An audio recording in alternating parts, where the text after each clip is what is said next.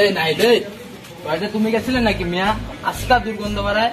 এ বেটা আমি টয়লেটে গেলে দুর্গন্ধ নয়, শাকসবজি ইত্যাদির গন্ধ বের হয়। যাবো, তোমার শাকসবজির সবজির গন্ধে মানুষ মরে যাবে। এই মিয়া তোমরা ঝগড়া করো কেন? টয়লেটে তো আমি গেছিলাম, 3 ঘন্টা আগে আইছি, 2 ঘন্টা ধরে বসে টয়লেট করছি, তারপর এসে এখানে বসছি।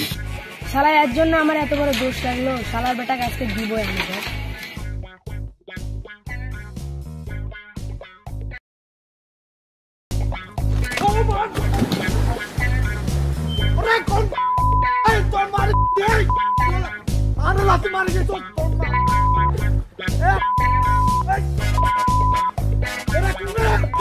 চেয়ারম্যান সাহেব, নাহিদ আবার কথা লাগতে না।